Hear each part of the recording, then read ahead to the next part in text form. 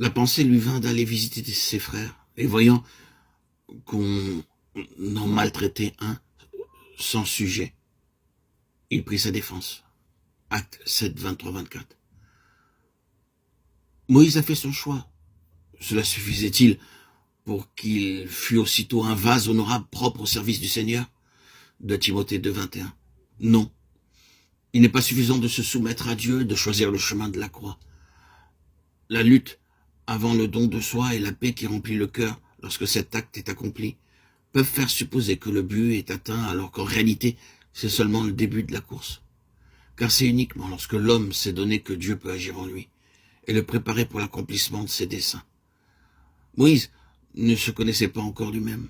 Être instruit dans toute la sagesse de ce monde, être puissant en parole et en œuvre, ce n'est pas une préparation suffisante pour être un instrument utile entre les mains de Dieu.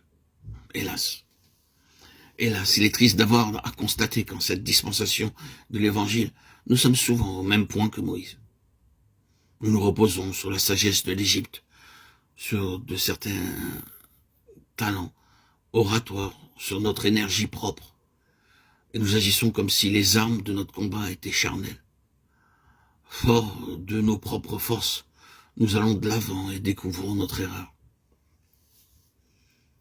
Les événements qui se succédèrent brisèrent les liens retenant Moïse à la cour égyptienne, à cette vie mondaine à laquelle, d'ailleurs, il avait décidé de renoncer.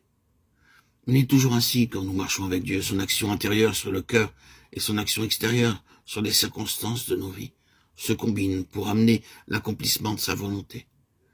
Si Dieu conduit l'homme à choisir le chemin de la croix, il permet des circonstances où se réalisera ce que le cœur a choisi. Ce sera peut-être du fait d'un acte inconsidéré, ou de quelques échecs, ou d'une autre faute manifeste. Quoi qu'il en soit, et tout à coup, tout change dans la vie du disciple. Pour Moïse, il nous a dit que la pensée lui vint d'aller visiter ses frères. Étienne rappelle tout simplement l'acte qui eut de si extraordinaires conséquences. D'abord une pensée, puis un acte, et ensuite des résultats imprévus. Moïse sortit vers ses frères, et il vit leurs durs travaux. Exode 2, 11.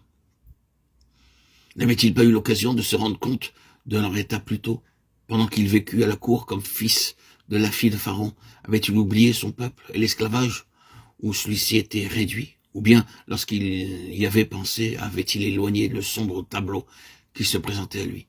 La décision qu'il a prise de partager le sort de son peuple permet de supposer un travail intérieur préliminaire, sous le regard de Dieu.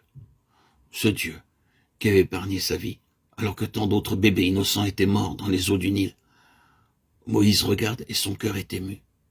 Les paroles d'Étienne font supposer que déjà à ce moment-là, il avait conscience de sa mission qui était de délivrer Israël. Comme on maltraitait un Israélite sans cause, il prit sa défense et frappa l'Égyptien. Ah, Moïse, Moïse, c'est ainsi qu'on fait en Égypte. Mais ce ne sont pas ici les voies de l'Éternel.